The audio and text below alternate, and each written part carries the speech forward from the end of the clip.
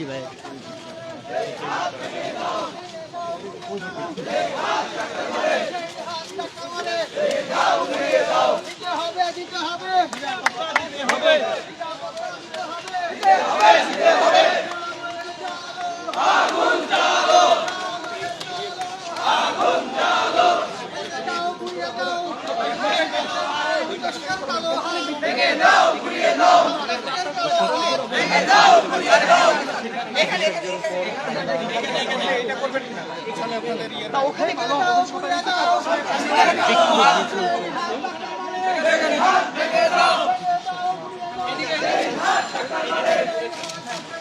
কেউ না বুঝলেও আমরা আপনার প্রয়োজন বুঝি, আর তাই তো অত্যাধুনিক ফিচার সম্বলিত বিভিন্ন সাইজ আর কালারের 250-টিরও বেশি ডিজাইন অপশন নিয়ে ওয়ালটন স্মার্ট ফ্রিজ বোঝে আপনার প্রয়োজন।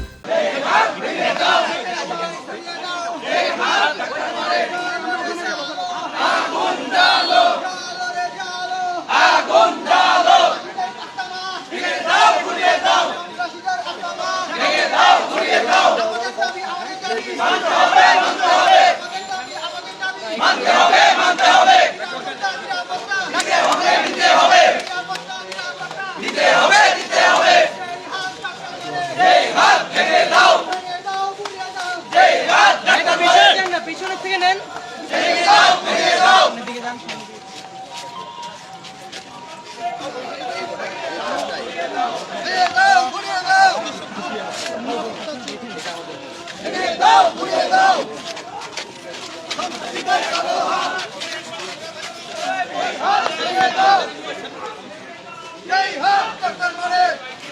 ভাই পিছনে যান না, জুম করেন আপনি।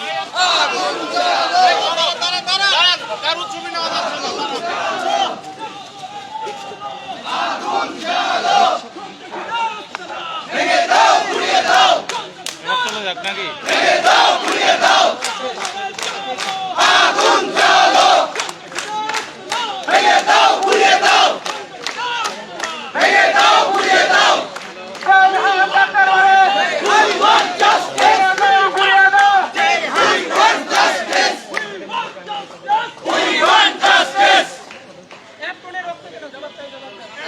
সবাই পিছাই, সবাই সব ক্যামেরা পিছাই।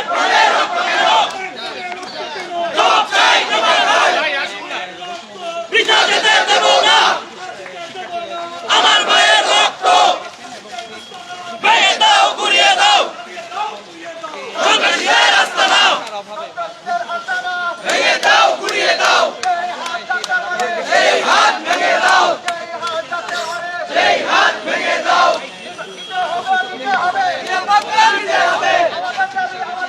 মানতে হবে, মানতে হবে,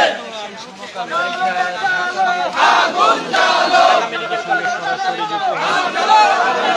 তারা কিন্তু ভেঙে দাও, ঘুরিয়ে দাও, ভেঙে দাও, ঘুরিয়ে দাও, মিছিল করছে।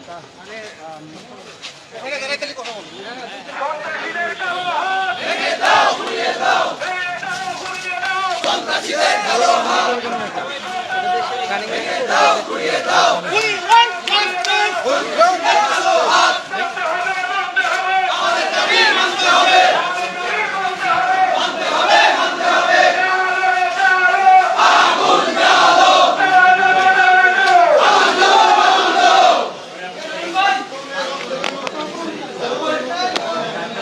এপ্রনের রক্ত কেন, এপ্রনের রক্ত কেন, এপ্রনের রক্ত কেন,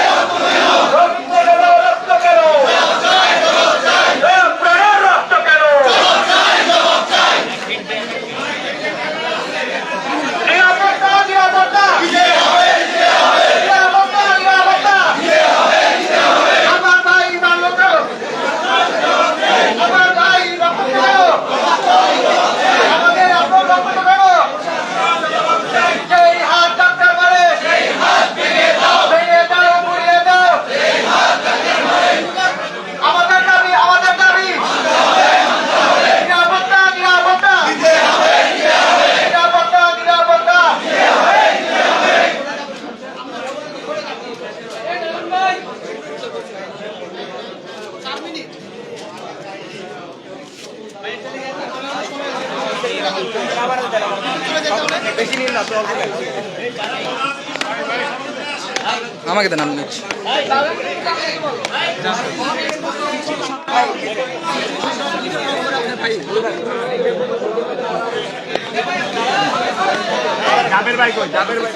অলরেডি প্ল্যান তো তোমরা আগুন জ্বালো ভেঙে দাও উড়িয়ে দাও আচ্ছা বাকি ভেঙে দাও উড়িয়ে দাও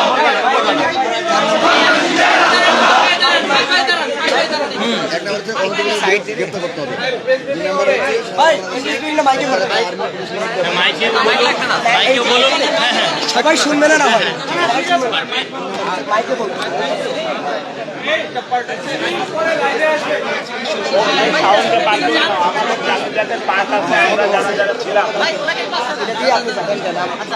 ভিকটিম যারা আমরা সবাই বলবো তো। আচ্ছা আমরা সবাই একটু সাইলেন্ট হয়ে যাই। আচ্ছা সবাই একটু ফাঁকা হই, আমরা সবাই একটু ফাঁকা হই, কারণ আমাদের ফাঁকা হয়ে দাঁড়াই, সবাই সাইলেন্ট হয়ে যায়। ভাই আমরা সবাই একটু ফাঁকা হয়ে দাঁড়াই, আমার হাতে হবে না। কারণ এখানে যারা ভিকটিম আছে সবাই বলবে তো। ফাঁকা হই, সবাইকে বলার সুযোগ দেই। ভাই একটু ঘোষণা দিয়ে একটু ফাঁকা হয়ে সবাই দাঁড়ানোর সুযোগ দেই। ভাই একটু সাইড হয়ে দাঁড়াই, ভাই সাইড হয়ে দাঁড়াই। আমি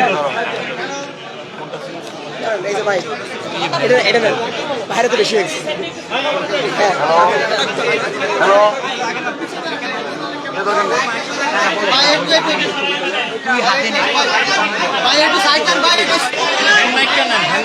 আমরা অনেক সাইডে আছি।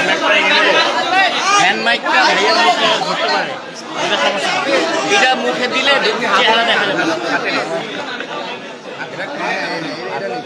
ভাই, আমার ঠিক কটা নেন ভাই। আর জায়গা নাই হাতে।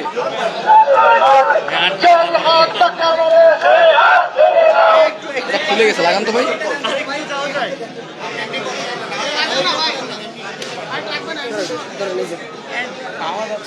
দেখেন হয় হয়েছে কি অন করে অফ করুন, অন করে অফ।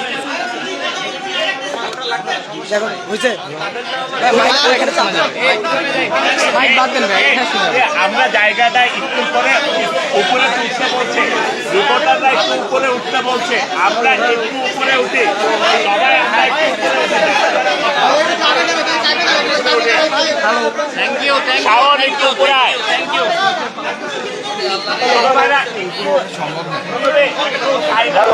আমাদের একটু উপরে উঠতে দে। তুমি ধরো ভাই, তুমি ধরো। মাইকটা ভাই বলা শুরু করেন। প্লিজ আপনারা একটু সামনে থেকে স্পেস দেন, পিছনে যারা আছে সবাই যাতে কভারেজ করতে পারে। প্লিজ একটু জায়গাটা ওয়াইড করবেন।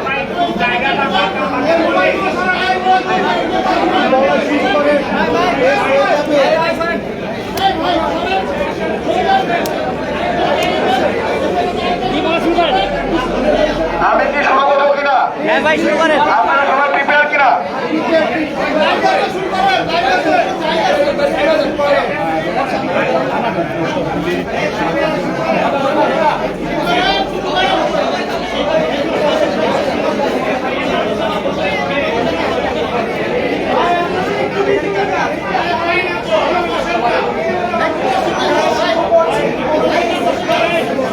ভাই শুরু করেন সবাই একটু চুপ করে। আমি এখন শুরু করবো। একটু সবাই একটু চুপ করি, আমরা সবাই মনোযোগ সহকারে শুনি। আসসালামু আলাইকুম, আমি doctor Mohammad Abdul Ahad, resident, Dhaka medical college neurosurgery বিভাগ।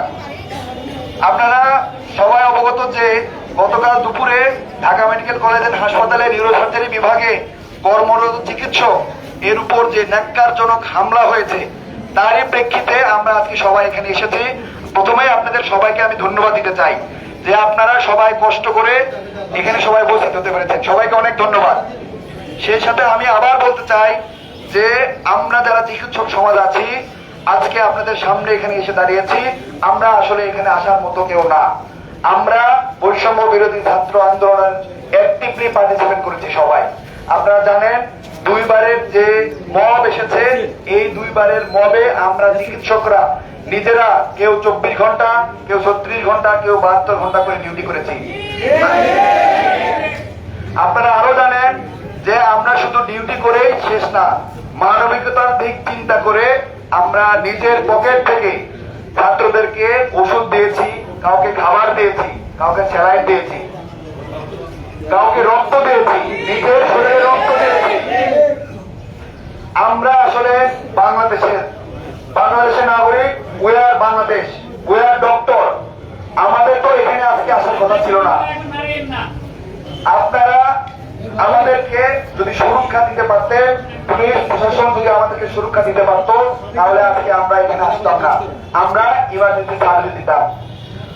গতকালকে যে ঘটনা, সেই ঘটনার রোমহর্ষ বর্ণনা করার জন্য আমাদের এই কলেজ ডক্টর শাহনেওয়াজ ভাইকে অনুরোধ করছি, এটা বর্ণনা করবেন। ধন্যবাদ ডক্টর আহাদ। আমি ডক্টর মোহাম্মদ শাহনেওয়াজ পেশেন্ট, আমি নিউরোসার্জন, আমি রেজিস্ট্রার হিসেবে নিউরোসার্জারি ডিপার্টমেন্টে আছি। ধন্যবাদ সাংবাদিক ভাইয়েরা, ধন্যবাদ আমাদের যে ডক্টর আছে এবং অন্যান্য হেলথ সেক্টরে যারা আছে।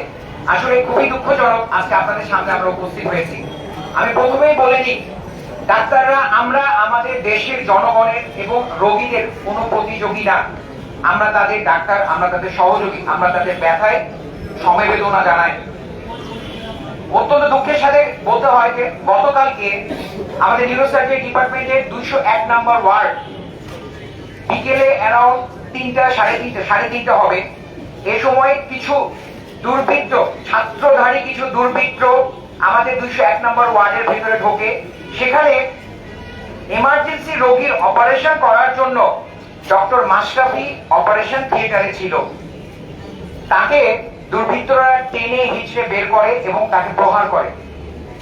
ডক্টর মাশরাফিকে সেভ করার জন্য ডক্টর ইমরান খুবই সিনসিয়ার একজন পোস্ট গ্রাজুয়েট ট্রেইনি, যে যদি তার যেদিন অ্যাডমিশন রোগী ভর্তি হয়, শনিবারে ইমরান হসপিটালে আসে, রবিবার সন্ধ্যায় চলে যায়, কোনো ফ্যামিলি লাইফ নেই, একটানা কাজ করে। এবং এটা শুধু ডক্টর ইমরানের ঘটনা, প্রতিটা ট্রেইনি ডক্টর, প্রতিটা নিউরোসার্জন, প্রতিটা অর্থোপেডিক সার্জন, প্রতিটা ক্যাজুয়ালিটি সার্জন এভাবেই সেবা দিয়ে থাকে।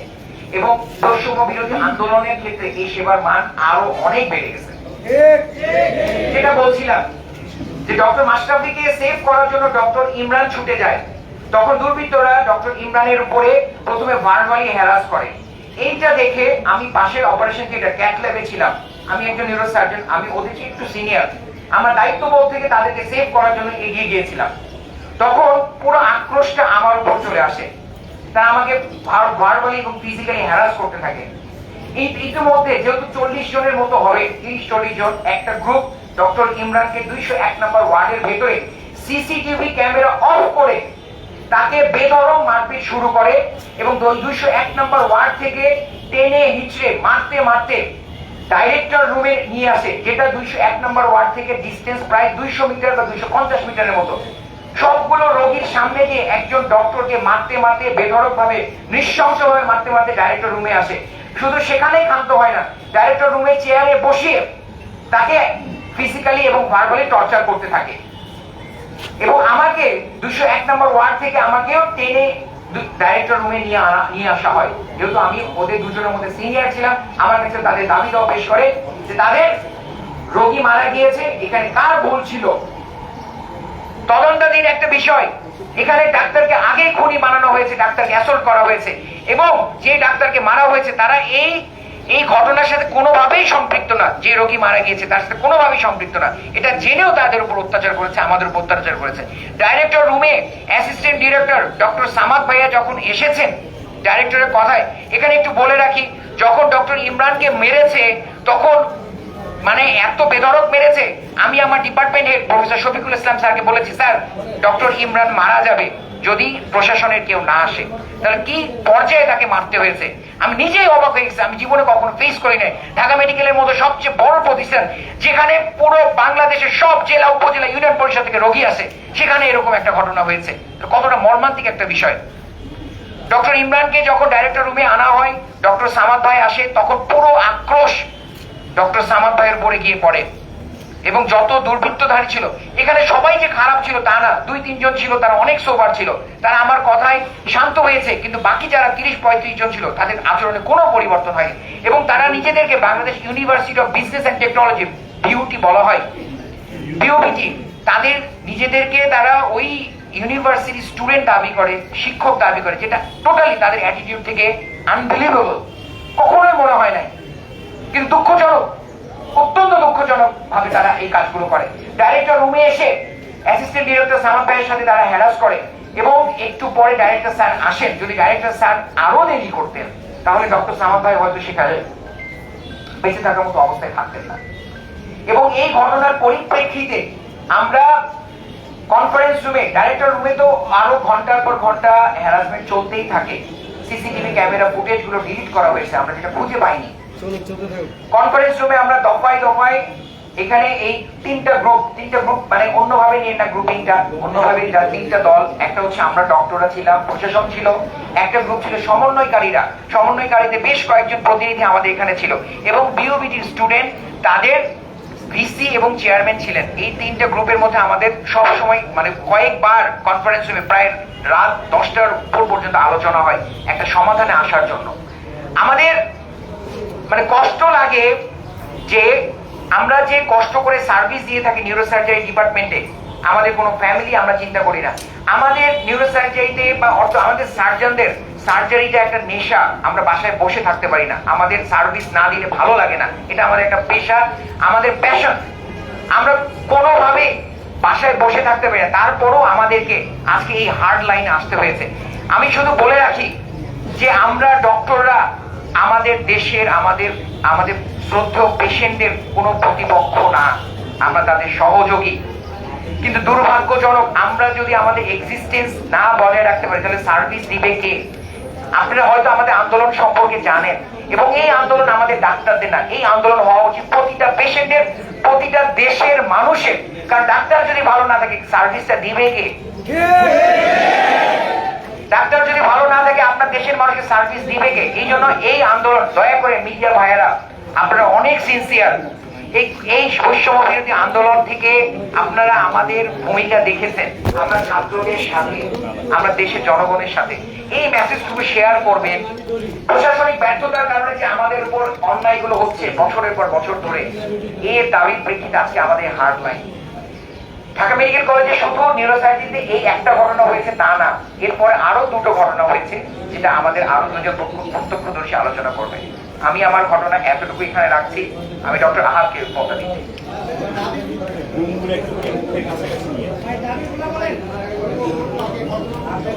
আচ্ছা, আমাদের যে আলোচনা হলো, আলোচনার প্রেক্ষিতে আমরা 2টা দাবি রেখেছিলাম। আপনারা অবগত যে প্রথম দাবি ছিল যারা আমাদের ডক্টরের উপরে হামলা করেছে তাদের দ্রুততম সময়ের মধ্যে 24 ঘন্টার মধ্যে গ্রেফতার করতে হবে। দ্বিতীয় দাবি ছিল যে আমাদের যে ইমার্জেন্সি কমপ্লেক্স আছে, আমরা ইমার্জেন্সিতে ডিউটিরত অবস্থায় যে ডক্টররা থাকবে, ওই ডক্টরদের সুরক্ষার জন্য আর্মি, পুলিশ সহ অন্যান্য ফোর্স সমূহ সশরীরে উইথ আর্ম উপস্থিত থাকবেন আমাদের সুরক্ষা দেওয়ার জন্য। ঢাকা মেডিকেল কলেজ সহ সব জায়গায় এই প্রতিশ্রুতি নিয়ে আমরা রাত 11টার সময় কাজে ফিরে যাই, এবং রাত 11টার পরে আরো 2টি ঘটনা ঘটে, রোমহর্ষ ঘটনা। সেটা বর্ণনা করবেন আমাদের ইন্টার্ন চিকিৎসক ডক্টর সাব্বির হোসেন।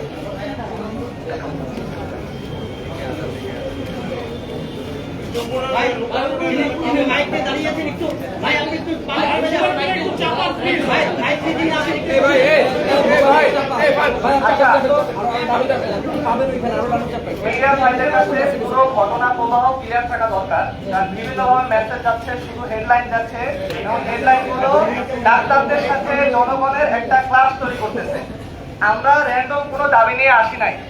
গতকালকে যখন আমাদের নিউরোসার্জারি ইমরান ভাইকে এরকম মারতে মারতে ডিরেক্টর স্যারের রুমে নিয়ে আসা হচ্ছিল, আমাদেরকে ইনফর্ম করা হয়েছে যে ঢাকা মেডিকেলের ইন্টার্ন এবং যত স্টুডেন্ট আছে তারা একটু কাইন্ডলি ডিরেক্টর স্যারের রুমে চলে আসো, কারণ ওই মুহূর্তে যদি সেভ করার কেউ না থাকে ইমরান ভাই হয়তো স্পট ডেড হইতে পারবো। তা আমরা আসি, আমরা এসে ডিরেক্টর স্যারের সহায়তায় পরিস্থিতি কিছুটা শান্ত করা হয়। তারপর ডিরেক্টর স্যারের সাথে এবং ওখানে যারা বিউবিটির দায়িত্বশীল ছিল, সমন্বয়ক ছিল, তাদের কাছে ইনস্ট্যান্ট আমরা দুইটা দাবি দেই। একটা দাবি হচ্ছে গিয়ে খুব দ্রুততম সময়ের ভিতরে, এবং এই সময়টা আমরা বলছি যেহেতু রাত 9:30টায় আমরা মিটিং করতেছি, 12টার ভিতরে আর্মির মাধ্যমে ঢাকা মেডিকেল এবং ঢাকা মেডিকেল সহ সারা দেশের সকল হাসপাতালে ডাক্তারদের খুব দ্রুত নিরাপত্তা নিশ্চিত করতে হবে। আর সেকেন্ড আইটেমটা আমাদের ছিল 12 ঘন্টার ভিতরে যে সিসিটিভি ফুটেজ আছে, অসংখ্য মানুষ এই জিনিসটা দেখছে, সকল প্রমাণাদির ভিত্তিতে যারা দুর্বৃত্ত তাদেরকে গ্রেফতার করা এবং আইনের আওতায় আনা। কিন্তু দেখা গেল এই ঘটনা মানে এই যে সিদ্ধান্ত হলো, এর 30 মিনিটের মধ্যে আরো দুইটা মেজর ইনসিডেন্ট ঢাকা মেডিকেলে হয়। একটা হচ্ছে কি দুইটা পেশেন্ট, মানে একটা পেশেন্ট এবং এক আসামি, আসামির আক্রমণে পেশেন্টকে ঢাকা মেডিকেলে ভর্তি করা হয়। সেই আসামি রামদা এবং চাপাতি নিয়ে পুনরায় হাসপাতালে ঢুকে পেশেন্টের মৃত্যু নিশ্চিত করে তারপর এখান থেকে কোপাতে কোপাতে ভর্তি রোগীর মৃত্যু নিশ্চিত করছে ওয়ার্ডের ভিতরে। ওই সময়ে সেনাবাহিনী উপস্থিত ছিল এবং এর পরবর্তীতে আরো উইদিন 30 মিনিট একটা বিষ পান করে আসা একটা পেশেন্ট এখানে মারা যায়। তার পরিপ্রেক্ষিতে তাদের রোগীর স্বজনরা আমাদের যে ইমার্জেন্সির আইসিইউ এবং হচ্ছে ওখানে যে ইমার্জেন্সি মেডিকেল অফিসার তাদের উপর আঘাত করে। দেখুন, আমাদের যে নিরাপত্তার কথা বলা হয়েছিল যে 12টার ভিতরে সেনাবাহিনী এসে ডাক্তারদের নিরাপত্তা দিবে, কিন্তু উইদিন অন আওয়ার রোগীর নিরাপত্তা নিশ্চিত হলো না, ডাক্তারদের নিরাপত্তা নিশ্চিত হলো না। এর ফলশ্রুতিতে আমরা ইনস্ট্যান্ট যারা ইন্টার্ন ডক্টর আছি আমরা কর্মবিরতি রাখছি। আমরা যারা ইন্টার্ন ডক্টর ছিলাম, যেহেতু হাসপাতাল একেবারেই নিরাপদ না, না ডাক্তারদের জন্য না রোগীদের জন্য, রোগীও আক্রমণের শিকার হয়েছে আর ডাক্তার তো বারংবার আক্রমণের শিকার হচ্ছে। তা আমরা নিরাপত্তা নিশ্চিত না হওয়া পর্যন্ত আমরা সারা বাংলাদেশে সকল ইন্টার্ন ডক্টর এবং মেডিকেল যারা স্টুডেন্ট আছে আমাদের আন্দোলনের সাথে একাত্মতা পোষণ করার জন্য অনুরোধ করছি।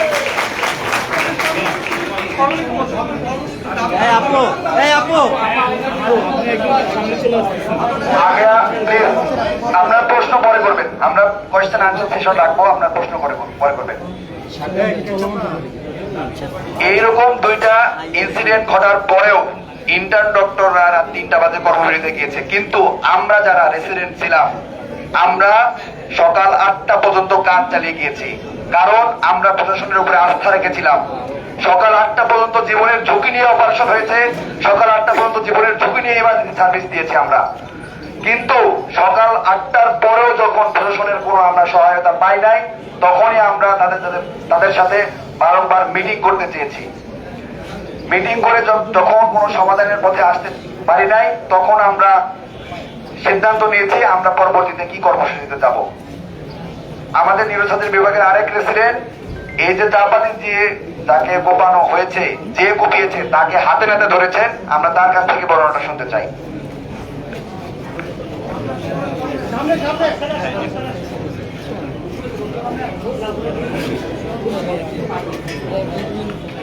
আসসালামু আলাইকুম, আমি ডাক্তার Ikramul Haque Shovon, neurosurgery resident, Dhaka medical college. ভাইয়া, আমি আসলে ঘটনাটা খুবই সংক্ষিপ্ত ভাবে বলছি। আমরা কালকে আমাদের যে ভাইদেরকে মারা হয়েছে, তখন আমরা ইনফর্ম হওয়ার সাথে সাথে আমরা ডিরেক্টর রুমে আসি, ভাইদেরকে প্রোটেকশন দেওয়ার জন্য আসি। তো এই ব্যাপারে আমরা ডিরেক্টর রুমে কথা বলছিলাম, স্যারের সাথে, স্যার আর্মির সাথে কথা বলছিলেন। ওই সময়ে আমরা জানতে পারি আমাদের কাছে একটা ফোন আসে আমাদের এমার্জেন্সি থেকে, যে আমাদের এমার্জেন্সিতে হচ্ছে হট্টগোল হচ্ছে, মারামারি হচ্ছে। আমাদের যে মেয়ে ডাক্তার যারা ছিলেন তারা আমাদেরকে ফোন করে বলেন যে আমরা তো ভয় পাচ্ছি, একটু কেউ তোরা যারা আছিস তারা আগায় আসলে ভালো হয়। তো আমি শাওন এবং ওমর নামে আরেকজন ছিলেন আমাদের ক্রিটিক্যাল কেয়ার মেডিসিনের, আমরা 3জন আগায় যাই। আগায় যাওয়ার সময় আমাদের ইন্টার্ন ডক্টররা ছিলেন, মেডিকেল স্টুডেন্টরা, ওদেরকে নিয়ে যাওয়া হয় যে কোথায় কি হচ্ছে সেটা দেখার জন্য। তো আমরা ওইখানে যাওয়ার সময় আমাদের এমার্জেন্সি কমপ্লেক্সের পরে একটা লিফটের এরিয়া আছে, ওই এরিয়াতে আমরা দেখতে পাই যে একজন দৌড়ায় আসছে, তাকে আর একজন রোগী আমাদেরই নিউরোসার্জারিতে ভর্তি আছে, যার ইমিডিয়েটলি অপারেশন করার পরে আমাদের ওখানে ফ্লোরে, আমাদের যেহেতু সম্পূর্ণ বেড নেই সবাইকে দেওয়ার মতো, তাই ফ্লোরে রাখা হয়েছিল। ওই রোগীর উপরে আরেকজনকে ফালাই নিয়ে একজন মহিলা এবং 2 জন পুরুষ যাদের হাতে চাপাতি ছিল এবং রামদা ছিল তারা কোপাচ্ছে ওইখানেই রক্তকরণ হয়ে রোগীটা মোটামুটি অলমোস্ট ক্রিটিক্যাল সিচুয়েশনে চলে যায়। তো আমরা ওইখানে ইমিডিয়েটলি ওনাদেরকে ওই রোগীকে আমরা আমাদের নিউরোসার্জারি, ওনাকে যেহেতু মাথায় কোপ মারা হয়েছিল, আমরা নিউরোসার্জারিতে নিয়ে যাই, আমরা নিজেরাই কোলে করে নিয়ে যাই এবং যে 2 জন কুপিয়েছে তাদের মধ্যে একজন আমাদের এই গলি দিয়ে দৌড়ে আসে, আর একজন আমাদের 200 নাম্বার ওয়ার্ডের ভিতরে চলে যায়। ওইখানে আমরা যখন ফোন করি সিস্টারদেরকে ওনারা আক্রমণ করে এবং আমাদের যে ওয়ার্ড বয় আছে তাদের রুমের ভিতর ঢুকে যায় আক্রমণ করতে। ওয়ার্ড বয়রা বের হয়ে তাকে তালা মারে, এন্ড তার হাতে তখনও চাপাতি ছিল। তখন তালা মারার পরে আমরা আর্মিকে ইনফর্ম করি। আর্মি আসার পরে ওনাদেরকে হ্যান্ড ওভার করা হয় ওই আসামিকে এবং অস্ত্র সহ। এবং আমরা পরবর্তীতে জানতে চাই যে রোগীকে কোপানো হয়েছে সে রোগী মারা গেছে। ঠিক আছে, এখন আমাদের কথাটা হলো যে যেখানে একটা মেডিকেল কলেজ, একটা হাসপাতাল, বাংলাদেশের সর্ববৃহৎ মেডিকেল কলেজ হাসপাতাল, সেখানে অস্ত্র নিয়ে ঢুকে একটা রোগীর উপরে, একটা ক্রিটিক্যাল রোগীর উপরে ফালায় আর একটা রোগীকে মেরে ফেলা হয়, সেখানে না রোগী সেফ, না জনগণ সেফ, না ডাক্তার সেফ। আমরা কিভাবে সার্ভিসটা দেব? আমাদের আন্দোলনটা আমাদের প্রশাসনিক ব্যর্থতার কারণে। হাসপাতালে কেন মানুষ অস্ত্র নিয়ে ঢুকে আরেকজনকে হামলা করে মারবে? কেন? যেখানে এত বড় আন্দোলন হলো সেখানের ভিতরেও আমাদের হাসপাতাল মোটামুটি সেফ ছিল, সেখানে কিভাবে? আমাদের দাবি তার এটাই যে সিকিউরিটি।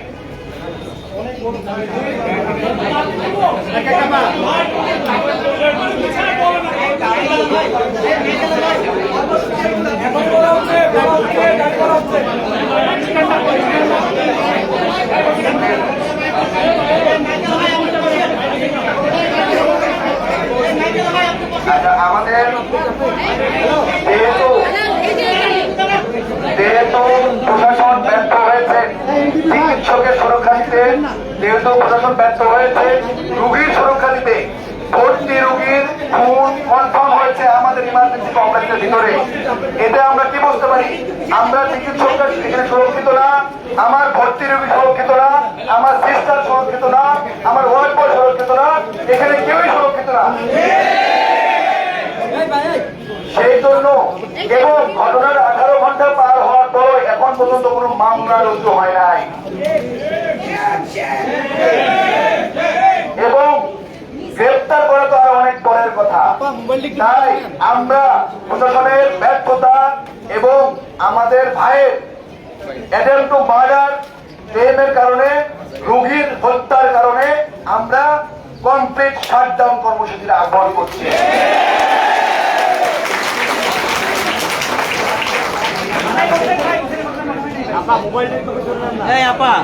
এই কর্মসূচির মধ্যে ঢাকা মেডিকেল কলেজ এর সব চিকিৎসকের পাশাপাশি উপজেলা, জেলা, বিভাগীয় হাসপাতাল, প্রাইভেট সেক্টর সবকিছু ইনক্লুড থাকবে। চেম্বার, অপারেশন সবকিছু কমপ্লিটলি শাটডাউন থাকবে।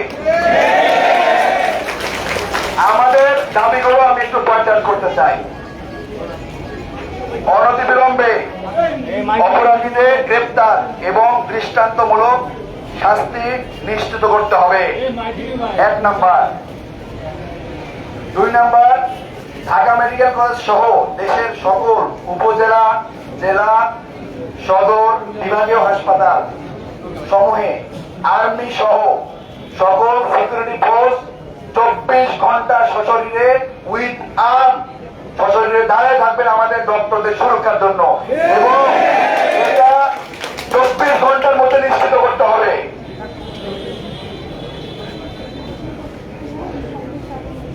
এবং ভবিষ্যতে চিকিৎসকদের নিরাপত্তা প্রদানে স্বাস্থ্য অধিদপ্তরের অধীনে, আমি আবার বলতে চাই, আপনারা আবার একটু মনোযোগ সহকারে শুনবেন, স্বাস্থ্য অধিদপ্তরের অধীনে স্বতন্ত্র স্বাস্থ্য পুলিশের নিয়োগ বাস্তবায়ন করতে হবে। এর জন্য আমরা মাননীয় উপদেষ্টা মহোদয়, প্রধান উপদেষ্টা মহোদয় এবং সংশ্লিষ্ট যারা আছেন আইন প্রণেতা, তাদেরকে আমরা 7 দিন সময় দিতে চাই। এই 7 দিনের মধ্যে করতে হবে। 4 নাম্বার, কার্যকর এবং সময় উপযোগী স্বাস্থ্য সুরক্ষা আইন অতি দ্রুত প্রণয়ন এবং সংস্কার করে এর দ্রুত বাস্তবায়ন করতে হবে। আমাদের এই 4টা দাবির সাথে আমাদের সারা বাংলাদেশের সব ডক্টর এখানে অটল থাকবে।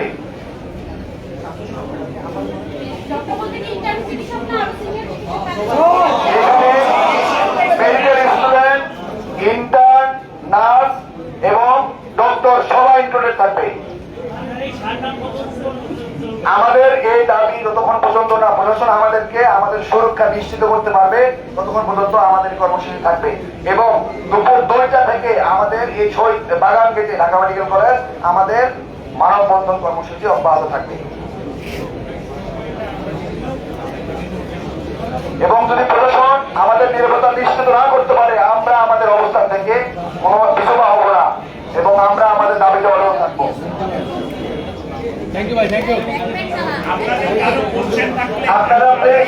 আপনারা একটু কোয়েশ্চেন কারা করবেন?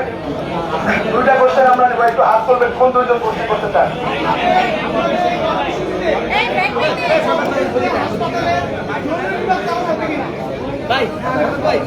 আমাদের প্রশ্নের উত্তর দেওয়ার জন্য আমি আমাদের সমন্বয়ক ডক্টর জাভেদকে আহ্বান করি।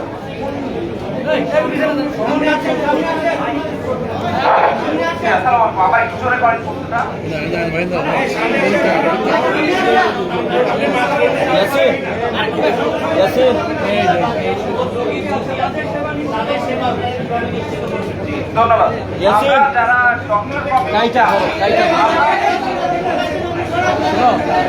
লাইভ কিন্তু চলবে, আমি ব্রিফ করি।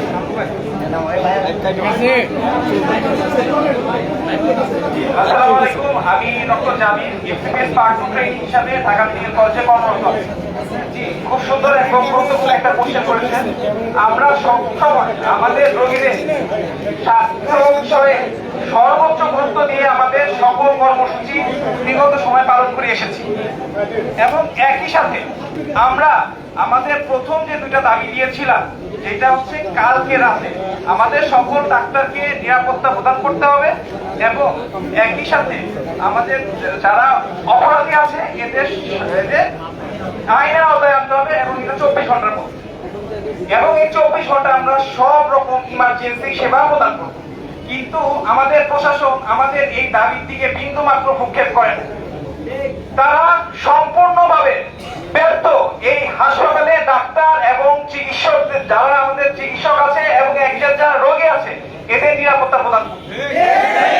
তাই আজ আমরা বাধ্য হয়েছি কমপ্লিট শাটডাউন দিতে।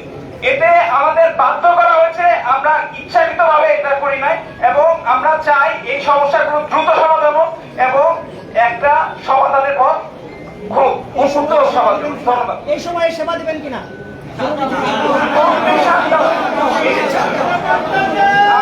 আমরা 24 ঘন্টা পর্যন্ত সেবা দিতে চেয়েছিলাম কিন্তু যেহেতু আমাদের নিরাপত্তা নিশ্চিত হয় নাই তাই আমাদের এই প্রতিশ্রুতি থেকে সরে আসতে হচ্ছে। ধন্যবাদ। কোশ্চেন ছিল হলো যে রোগীরা এখন মারা যাচ্ছে, কয়েকজন দেখে মারা যাচ্ছে, দায় কে নিবে? তার দায়